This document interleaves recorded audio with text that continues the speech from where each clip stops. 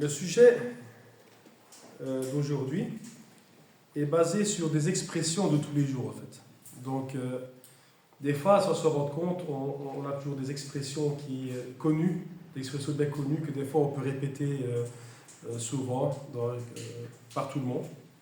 Mais il y a des expressions qui viennent de la parole de Dieu que des fois on ne le sait même pas, en fait. Et aujourd'hui, je voulais reprendre certains passages, certaines expressions de tous les jours que des personnes croyantes ou non croyantes ont l'habitude de citer, mais sans peut-être savoir l'origine de ces phrases que tout le monde connaît. Donc, j'ai fait une petite liste avec quelques... Je ne sais pas si vous-même, vous connaissez déjà quelques expressions qu'on a l'habitude de dire et qui viennent de la Bible. Des expressions que...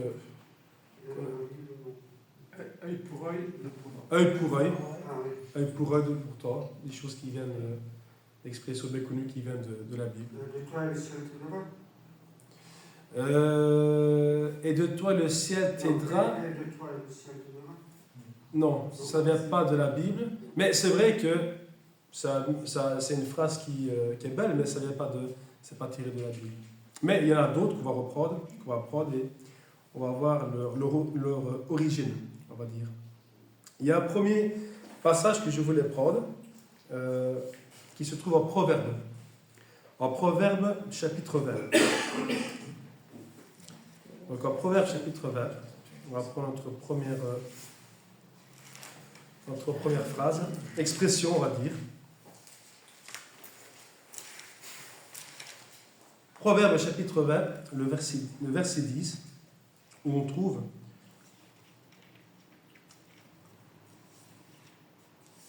à partir du verset 9, on va dire, qui dira, j'ai purifié mon cœur, je suis net de mon péché. Deux sortes de poids, deux sortes d'effats sont l'un et l'autre en abomination en éternel. Alors, qu'est-ce que l'épha? L'épha, on a aidé un peu sur quelques recherches, donc l'épha est une mesure de grès chez les Hébreux qui correspond plus ou moins à 35 litres. Plus ou moins. Donc, c'est 2 poids, 2 mesures. En fait, ça veut dire. L'expression tirée 2 poids, 2 mesures qui, en réalité, symbolise un traitement injuste. On fait d'une part un traitement pour une personne et pour une autre qui commettrait la même chose, on fait un autre traitement qui est différent que le premier. En fait, c'est 2 poids, 2 mesures. En fait, ça vient du livre des Proverbes qui dit 2 poids, 2 éphas exactement, mais épha veut dire mesure en hébreu. C'est le terme qu'on retrouve dans la parole de Dieu, en Proverbe. Il y a un autre passage, je ne sais pas si vous vous rappelez, il n'est pas facile, mais baisser les bras. Est-ce que pour vous, vous connaissez l'expression baisser les bras? Ça tire. Baisser les bras, c'est abandonner. Abandonner. C'est abandonner, mais d'où cela vient de la parole si quelqu'un. Il n'est pas facile celui-là, il faut revenir loin. Dans l'Ancien Testament, c'est avec Moïse. On va le prendre, c'est en Exode chapitre 17. En Exode chapitre 17. On avait déjà fait ça il y a quelques temps, mais j'ai voulu reprendre d'autres qu'on n'avait pas. J'essaie de ne pas reprendre les mêmes. Donc en Exode chapitre 17, le verset 11 et 12. Donc c'est une bataille que les Hébreux ont avec 11 et 12. Donc c'est une bataille contre Moïse et Amélec. Et en fait, dans le passage d'où il faut ne pas baisser les bras, c'est de 11 à 12, on va reprendre un peu plus haut. Je reprends le verset 8. Donc, Exode chapitre 17, verset 8. Amélec vint à combattre Israël à Réphidim. Alors Moïse dit à Josué, choisis-nous des hommes, sors et combat Amélec. Demain, je me tiendrai sur le sommet de la colline, la verge de Dieu dans ma main. Josué fit ce que lui avait dit Moïse, pour combattre Amélec. Et Moïse, Aaron et Hur montèrent au sommet de la colline. Lorsque Moïse élevait sa main, Israël était le plus fort. Et lorsqu'il baissait sa main, Amélec était le plus fort. La main de Moïse était fatiguée. Ils prirent une pierre qu'ils placèrent sous lui, et il s'assit dessus. Aaron et Hur soutenaient les mains l'un de côté, l'autre de l'autre, et ses mains restèrent fermes jusqu'au coucher du soleil. Et Josué vainquit Amélec et son peuple au tranchant de l'épée. En fait, c'était l'expression de ne pas baisser les mains, parce que toi que Moïse avait les mains levées, le peuple, Moïse était plus fort que l'armée d'Amélec. Mais quand les bras, et par la fatigue, à un moment donné, forcément, les bras se baissent, alors c'est Amélec qui prenait le dessus sur les hommes lors de la bataille contre Moïse. Donc c'est d'où l'expression ne pas baisser les bras, parce que pour certains, c'est une expression d'abandonner. Voilà, on jette l'éponge, on n'en peut plus. C'est trop dur, c'est trop fatigant, j'ai perdu toute motivation peut-être.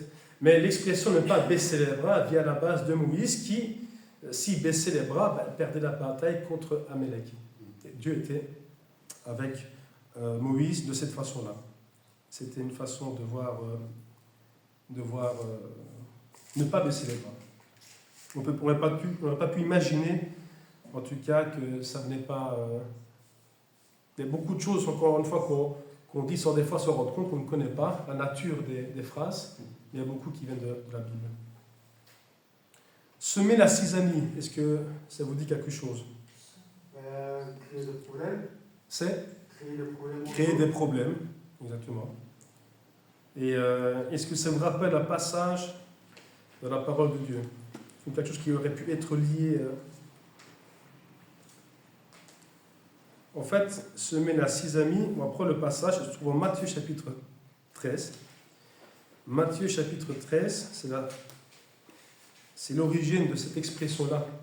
En fait, en Matthieu chapitre 13, versets 24 et 30, c'est la parabole de l'ivraie. La parabole de l'ivraie. Et en fait, on voit au verset 36 et 39, Jésus explique la parabole. Alors, Matthieu 13, verset 36, il dit: alors il envoyait la foule. Donc, dans la parabole, il explique que le blé est semé et pendant la nuit, quelqu'un vient semer de l'ivraie parce qu'il s'aperçoit qu'il y a des mauvaises herbes qui poussent en même temps que les bonnes. Ça, c'est la parabole de l'ivraie. Et au verset 36 à 39, Jésus explique la parabole. Donc, Matthieu 13, verset 36, alors il envoyait la foule et entra dans la maison. Ses disciples s'approchèrent de lui et dirent: explique-nous la parabole de l'ivraie, du champ. Je rappelle que le commencement de la parabole commence par: le royaume des cieux est semblable à un homme qui a semé une bonne semence dans son champ. Et alors Jésus explique la parabole et il répondit, verset 37, celui qui sème la bonne semence, c'est le Fils de l'homme. Le champ, c'est le monde. La bonne semence, ce sont les fils de l'homme, du royaume, pardon. L'ivraie, ce sont les fils du malin. L'ennemi qu'il a semé, c'est le diable. La moisson, c'est la fin du monde. Les moissonneurs, ce sont les anges. En fait, la cisanie, c'est simplement, ça veut dire l'ivraie. En fait, du latin, cisanie, qui vient du latin cisania, cisania veut dire mauvaise herbe, tout simplement. Et ça va même au plus loin du sumérien qui veut dire ivraie. Donc, l'ivraie, vient du latin cisania, cisanie. Celui qui va semer l'ivraie, celui qui va semer la cisanie, c'est la même chose, c'est le même mot en fait. C'est l'origine du mot ivraie, c'est cisanie. Cisania, pardon, du latin. En français, cisanie. Mais c'est celui qui va semer les problèmes, qui va semer la méchanceté, en quelque sorte, ici. Il existe un dictionnaire du latin. Pardon? Est-ce qu'il existe un dictionnaire du latin? Bon, il doit en avoir, oui, bien sûr. Il doit avoir un dictionnaire, oui, certainement. C'est des mots qui... c'est l'origine des mots, en fait. Aujourd'hui, on ne parle pas un langage qui se parlait il y a plus de 2000 ans, ou 2500 ans, ou 3000 ans. Ce sont des langages qu'on n'entend plus parler, parce que c'est quasi pratiquement tous des langues mortes. Mais toute origine, il y a beaucoup de mots, donc l'origine ne revient pas seulement au commencement du français, mais du latin, du sumérien, de l'hébreu. Il y a beaucoup de choses qui... ouais, du grec aussi. Beaucoup. L'origine vient de là, en fait. Hein. Beaucoup, en tout cas. Jeter la pierre. Jeter la pierre, ça c'était... On reprend le passage, c'est en Jean 8. C'est un passage où Jésus, c'est une façon qu'il leur disait de se remettre, en guillemets, en question. Jean 8, verset 7, c'est... ouais, la femme adultère. On va lire, ce sont les 11 premiers versets du chapitre 8, le contexte de la femme adultère. Donc, Jean chapitre 8, Jésus se rendit à la montagne des Oliviers, mais le matin, il alla de nouveau dans le temple. Et tout le peuple va à lui, s'étant assis, et il enseignait. Alors les scribes et les pharisiens amenèrent une femme surprise en adultère. Il la plaça au milieu du peuple et dirent à Jésus, « Maître, cette femme a été surprise en flagrant délit d'adultère. Moïse, de la loi, nous a ordonné de lapider cette femme. Toi donc, que dis-tu » Il faisait cela pour éprouver, afin de pouvoir l'accuser. Mais Jésus, s'étant baissé, écrivait avec le doigt sur la terre. Comme il continuait à l'interroger, il se releva et leur dit, « Que celui de vous qui est sans péché jette la première pierre contre elle. » Et s'étant de nouveau baissé, il écrivait sur la terre. Quand ils entendirent cela, accusés par leur conscience, ils se retirèrent un à l'autre, depuis le plus âgé jusqu'au dernier. Donc en fait, c'est une façon de se remettre en question. En fait, regardez-vous d'abord vous, avant d'accuser les autres. Alors que c'est vrai que la loi était pour eux, dans le sens où les pharisiens étaient là, et c'était une façon d'accuser un peu Jésus pour dire qu'est-ce qu'il va nous dire. Nous avons une bonne raison, nous avons une raison valable de lapider cette femme. Pourquoi aux yeux de la loi de Moïse, et c'était pendant la loi de Moïse, il aurait été permis de lapider cette femme. Donc ils avaient mis une bonne raison valable, mais ils voulaient savoir ce que Jésus aurait voulu répondre à ça, sachant qu'ils étaient un peu contre Jésus. Et il n'a jamais péché, jette la première pierre. Voilà, il nous répond ça. Alors c'est une réponse qu'il ne s'attendait pas forcément. Alors celui qui était le seul, qui était sans défaut et qui aurait pu jeter la première pierre, c'était bien Jésus. Mais ce n'était pas la leçon de Jésus ici de jeter la première pierre, mais repentez-vous, regardez-vous d'abord vous, si vous êtes sans défaut vous-même, avant de jeter la première pierre à cette femme-là. Donc c'était une façon de... Mais celle-là on la connaît, hein, elle était facile, jeter la première pierre. Mais bon, nous en tant que chrétiens, on lit la Bible, forcément ce sont des choses qui nous rappellent beaucoup de choses, mais pour quelqu'un qui ne connaît pas la Bible, il ne sait peut-être pas d'où ça vient. Mais il y a chaque fois un enseignement derrière, il y a un exemple qui nous est donné. Un colosse au pied d'argile. Si ça vous dit quelque chose, ça. Ouais. La statue.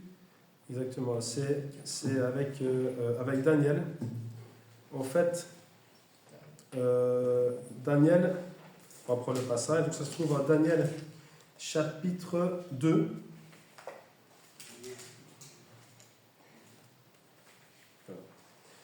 Daniel chapitre 2, en fait c'est un rêve qui fait le roi Nebuchadnezzar, et Daniel vient pour chapitre 2, verset 32 à 35.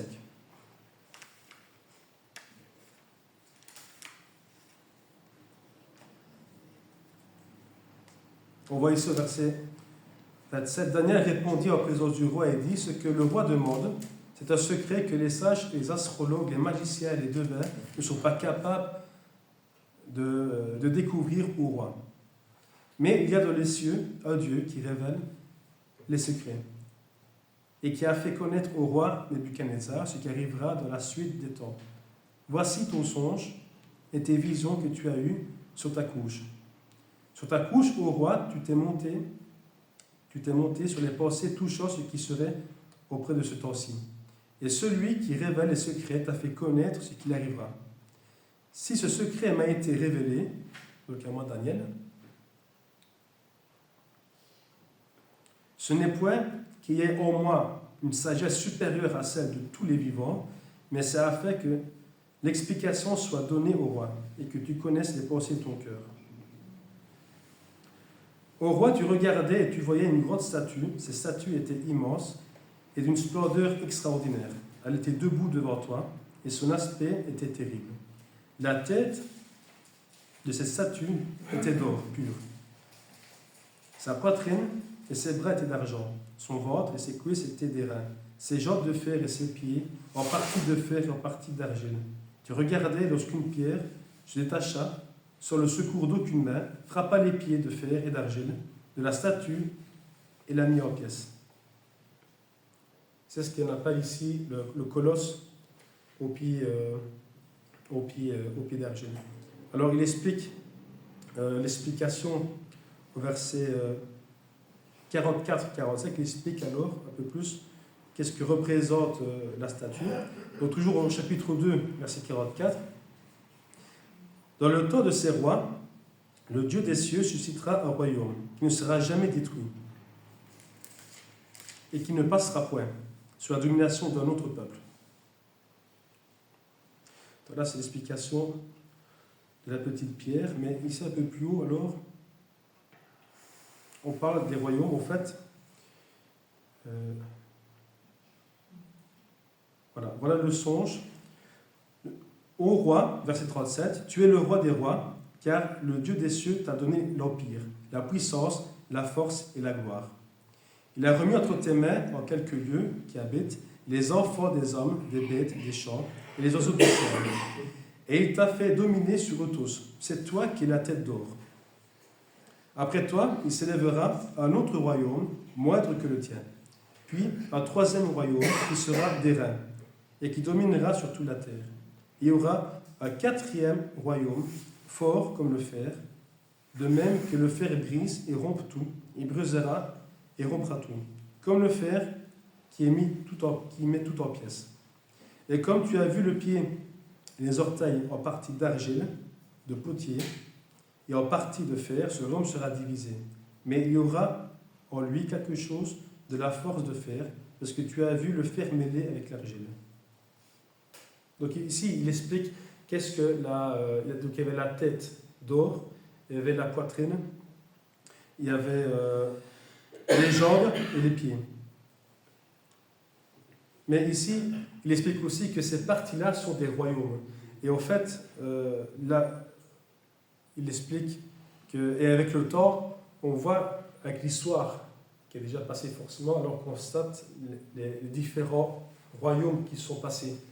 Il y a eu, là c'était Babylone, après il y a eu les Mèdes et les Perses, il y avait les Grecs, et le quatrième qui est celui des Romains.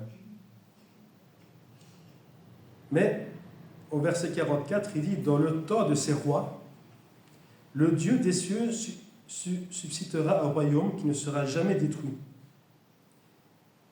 Et cela est la pierre qui vient, d'aucune aide vient détruire cette statue qu'on a vue. Et il dit alors ici au verset 44, il suscitera un royaume qui ne sera jamais détruit et qui ne passera point sous la domination d'un autre peuple. Il brisera et anéantira tous ces royaumes-là, et lui-même subsistera éternellement. C'est ce qu'indique la pierre que tu as vue se détacher de la montagne sans le secours d'aucune main, et qui brise le fer, l'airain, l'argile, l'argent et l'or. Le grand Dieu a fait connaître au roi ce qui doit arriver après cela. Donc, d'où le colosse au pied d'argile. Il y a aussi une qui vient tomber du ciel. Tomber du ciel. Des fois, on dit toujours, c'est tomber du ciel, ou tu sais, comme un cheveu dans la soupe. Voilà, ça vient, c'est tomber du ciel. C'est L'Ancien Testament, Ouais. Jésus qui était dans le désert, Ouais, exactement. le Père qui est tombé du ciel. Ouais. La manne. Ça fait référence à la manne. En Exode, chapitre 16, le peuple a faim, se retourne même un petit peu contre Moïse. On va lire l'Exode chapitre 16, les 3-4 premiers versets.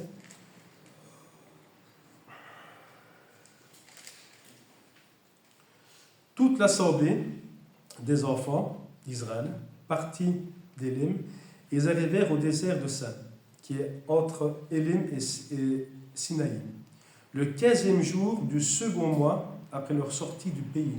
Donc un mois est passé, il y a demi-mois en plus, depuis leur sortie d'Égypte.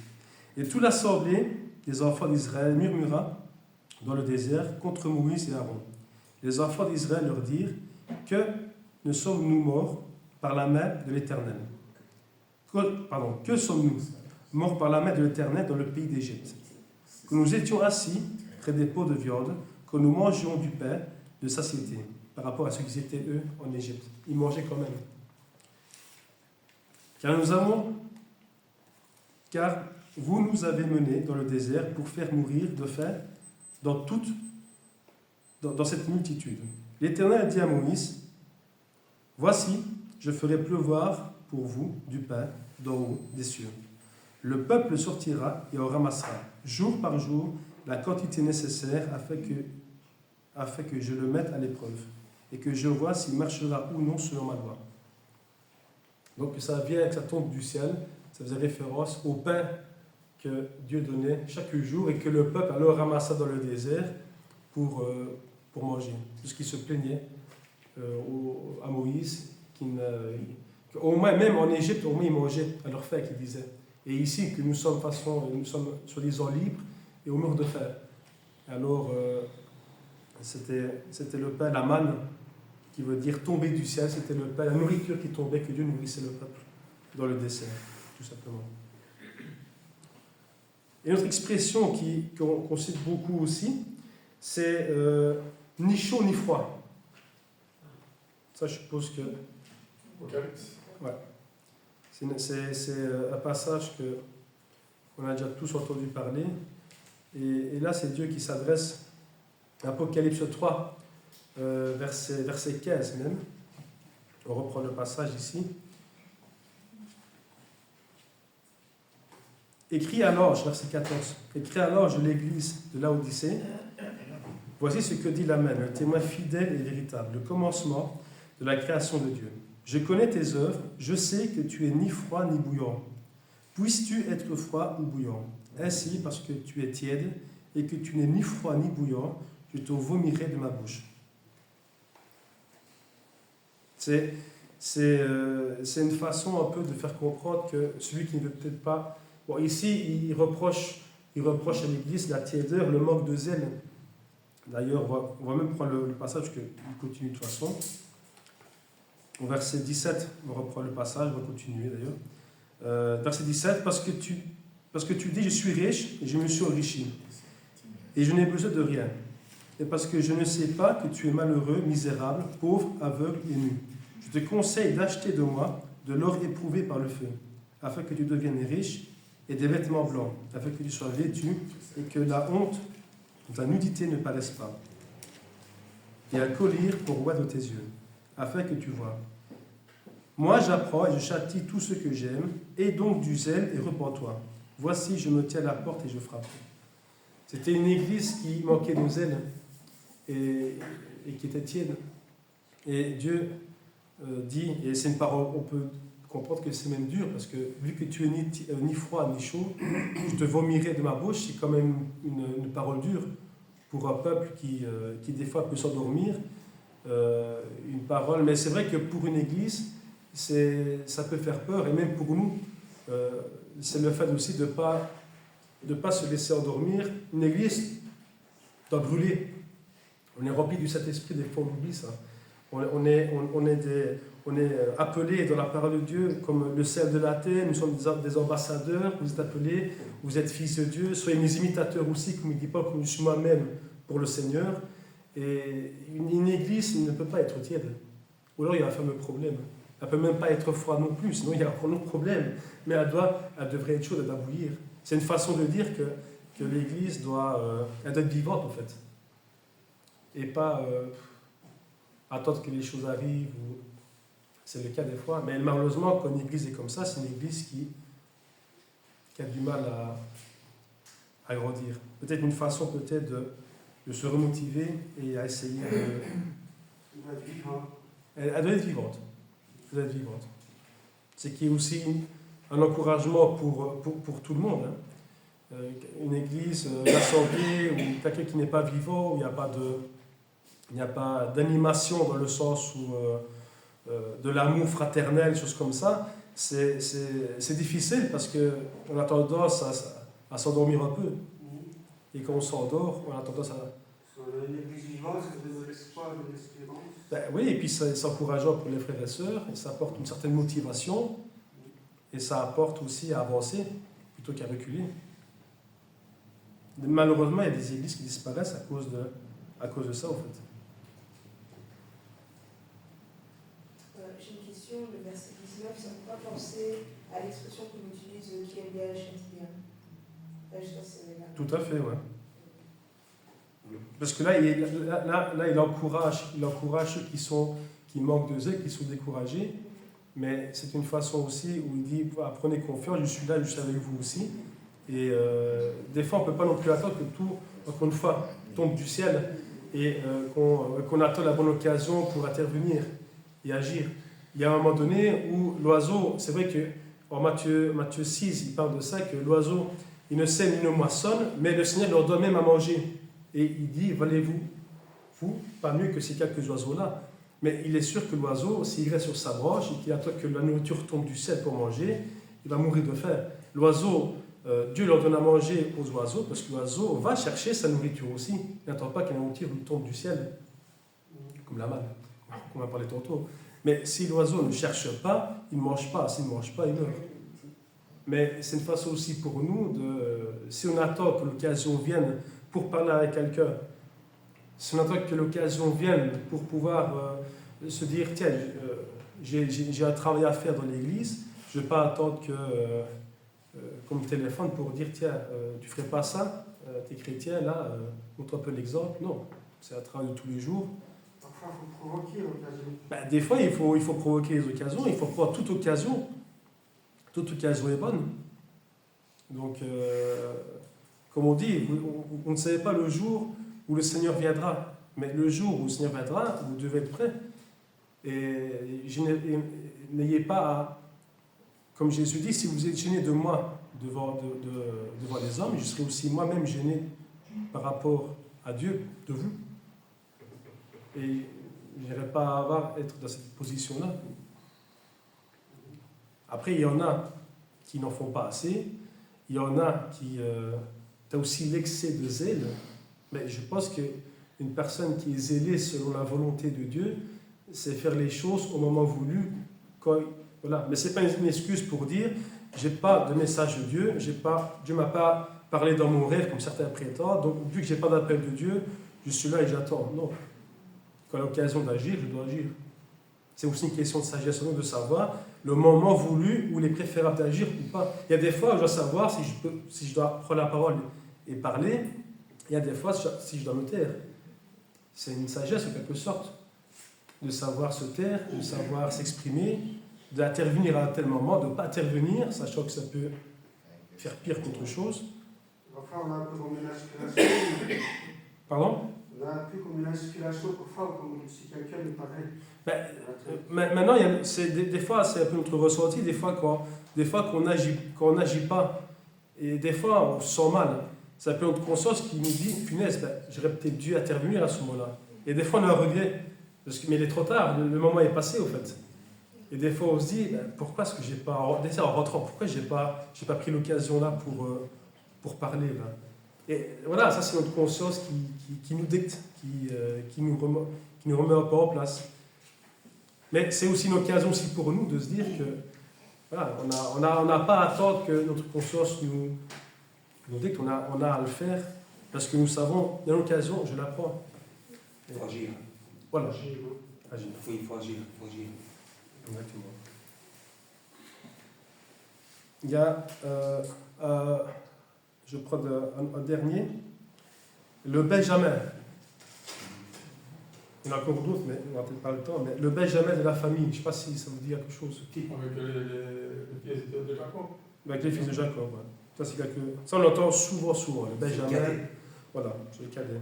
Ça, c'est un passage qu'on va prendre dans Genèse, chapitre 35.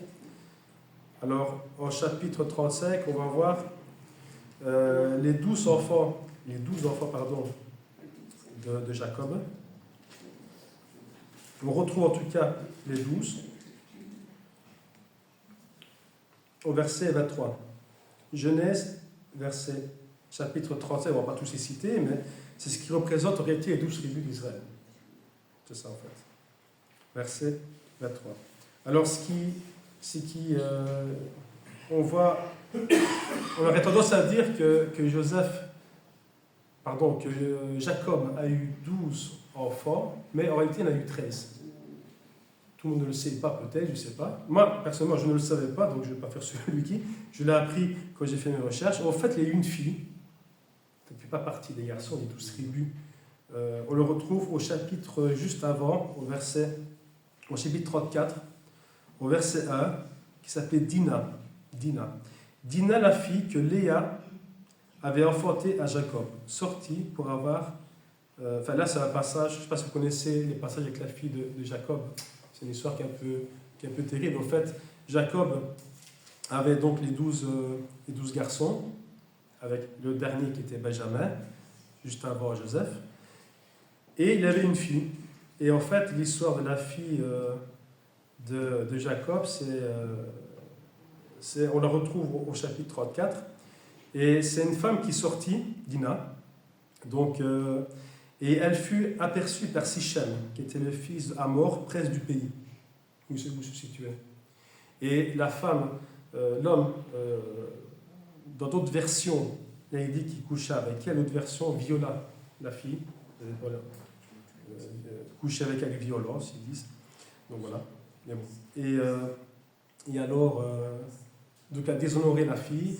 Alors on voit que Sichem et son père allaient trouver Jacob parce que Sichem tomba comme amoureux de la fille et il voulait épouser la fille, et les enfants de Jacob, par rapport quand ils ont su que leur sœur était déshonorée, avaient dit comme ça que si tu la veux pour femme, il faut d'abord alors que vous soyez circoncis, car il dit comme à leur père que nous sommes circoncis, hein, et il n'est pas possible que nous soyons... Donc la circoncision existait déjà, hein. Donc ce n'était pas avec Moïse comme certains pourraient le prétendre, mais on le voit au chapitre 17. La circoncision, c'est la quoi? Là, La circoncision. la circoncision, La circoncision, c'est la quoi? en fait c'était une alliance. une alliance Une alliance. en Genèse chapitre 17 que Dieu fait avec Abraham en fait. L'alliance que Dieu a faite avec Abraham, et alors on voit que c'était la circoncision qui était le signe, en fait, l'appartenance avec Dieu, l'alliance que Dieu a fait avec Abraham. Au verset 9 du chapitre 17, Dieu dit à Abraham, « Toi, tu garderas mon alliance, toi et tes descendants après toi selon leur génération. C'est ici mon alliance que vous garderez entre moi et vous, et ta postérité après toi. Tout mâle parmi vous sera circoncis. Vous vous circoncirez, et ce sera un signe d'alliance entre moi et vous. » Donc c'était ici un signe d'alliance entre Dieu et Abraham, qui est appelé par Dieu ici. Et donc la circoncision vient de là. Ça existe encore maintenant? Non, pour nous non. Ce n'est plus d'application. Non. Mais à l'époque, oui. Et alors les frères donc, de Dina, donc les enfants de Jacob, leur dit à Sichem que si vous voulez la prendre pour femme, alors tout mâle de chez vous doit être circoncis. Parce que nous sommes circoncis et nous ne devons pas ne pas respecter ça. Les hommes. Tous les hommes. Alors du coup, les hommes l'ont fait, et les frères de Dina, on voit Simon et Lévi, en tout cas les noms qui sont mentionnés, et certainement peut-être d'autres, qui alors profitent de la faiblesse qu'ils ont. Parce que quand on fait ça, normalement, chez les Juifs, on le fait le 8e jour, mais eux qui l'ont fait, qui étaient adultes, forcément, c'est une douleur, et voilà, c'est couper un morceau de chair, et aujourd'hui, on a encore la médecine, hein, les médicaments, on en dort. Mais à l'époque, c'était pas pareil. Donc c'était quand même assez douloureux. Et ils ont profité que tous les hommes avaient fait ça, qu'ils souffraient en quelque sorte de ce qu'ils avaient fait. Et les frères de Dina, les fils de Jacob, avaient profité de ces douleurs qu'ils avaient, cette faiblesse, pour alors tuer tous les hommes avec Séchem qui était le prince et leur père. Donc entre Dieu et Abraham, c'est ça? Pardon? Alliance entre Dieu et Abraham. Ouais, la circoncision. Donc ça, c'était par rapport à Dina, l'histoire de Dina, en fait. C'était sur l'histoire. Mais Jacob avait une fille qui s'était Dina. Et une chose qui était aussi, parce qu'on dit le Benjamin, mais à la base, il ne devait même pas s'appeler Benjamin. Ici, on va au verset 35, on reprend le verset 18, on voit que là, c'est l'accouchement. Et c'est Rachel, qui est la mère de Benjamin. On va prendre le verset 16 à 20. Ils partirent à Bethel. Il y avait encore une certaine distance jusqu'à Ephrata lorsque Rachel accoucha de Benjamin. Elle eut un accouchement pénible. Et pendant la douleur de l'enfantement, la sage-femme lui dit: ne crains point, car tu as encore un fils. Et comme elle allait rendre l'âme, car elle était mourante, elle lui donna le nom de Ben-Oni. Mais le père, donc Jacob, l'appela Benjamin. Rachel mourut et elle fut enterrée sur le chemin d'Ephrata. Alors là, sa femme, à cause de la douleur, car elle rendait l'âme, elle était mourante, mais en fait, elle voulait l'appeler Ben-Oni. Ben-Oni de l'hébreu qui veut dire le fils de ma douleur. Mais directement, on voit alors que Jacob change le nom et l'appelle Benjamin. Benjamin qui veut dire toujours en hébreu fils de bon augure. Voilà d'où encore un peu le Benjamin n'existerait peut-être pas. Hein, mais bon, Jacob a changé le nom que Rachel, sa femme, avait donné pour son fils. Donc Ben-Oni, à la base, était censé être celui de Benjamin, tout simplement. Mais voilà, en tout cas, encore une racine du mot. Et voilà, il y a beaucoup d'autres. Mais je pense qu'il était bien des fois de se rappeler un peu les appartenances, les origines des mots qu'on dit. Parce que des fois, même nous, en tant que chrétiens, il y a beaucoup de choses qu'on aurait du mal à se rappeler. Mais ça reste des paroles que tout le monde dit tous les jours, en fait. Mais c'est bien des fois de se rappeler les raisons pour lesquelles des fois ça a été dit. Oui. Il y a aussi au niveau du temps. On dit depuis Mathusalem. Mathusalem est repris dans l'Ancien Testament. Ouais. D'ailleurs, c'est un des personnages qui a vécu le plus longtemps, ne serait-ce sur la terre, de toute façon. Ça date depuis Mathusalem, donc ça veut dire depuis très longtemps. Tu vois. Il y a beaucoup de. On ne va pas tout détailler parce que. Là, tu viens plus longtemps, c'est l'âge plus ou moins 969, je crois. 969 ans, je pense. C'est que c'est pas Noé. C'est lui que. C'est Mathusalem le plus âgé ou c'est. Genèse, chapitre 5, verset 27, on va lire. Noé, je crois. Genèse, chapitre 5, verset 27. 969 ans. Qui ça Mathusalem. Mathusalem. Puis il mourut. C'est la personne qui a vécu le plus longtemps. C'était entre Adam et... Pardon? C'est combien, 27. Mais oui, il y a encore beaucoup d'autres. Il y avait ceci, il y avait aussi la période des vaches maigres, qui fait référence à Joseph en Égypte. Hein, quand le pharaon a un songe et il voit les sept vaches grasses qui représentent 7 années de récolte en abondance, et puis après 7 années, puis 7 vaches maigres qui mangent même les 7 vaches bien grasses, et qui représentent les 7 années où il n'y aura plus de récolte. Et alors là, Joseph conseille alors à Pharaon de faire des récoltes, de mettre de côté, de faire des réserves. Et alors on voit alors... et c'est un peu là le début en fait, avec le peuple hébreu, avec Jacob et ses enfants, alors qui viennent, à cause de la famine, ils viennent alors en Égypte, et les frères retrouvent Joseph, que ses propres frères avaient vendu Ils l'ont mis dans un puits. Ouais, voilà. Mais après, ils l'ont pris, ils l'ont fait partir comme un esclave.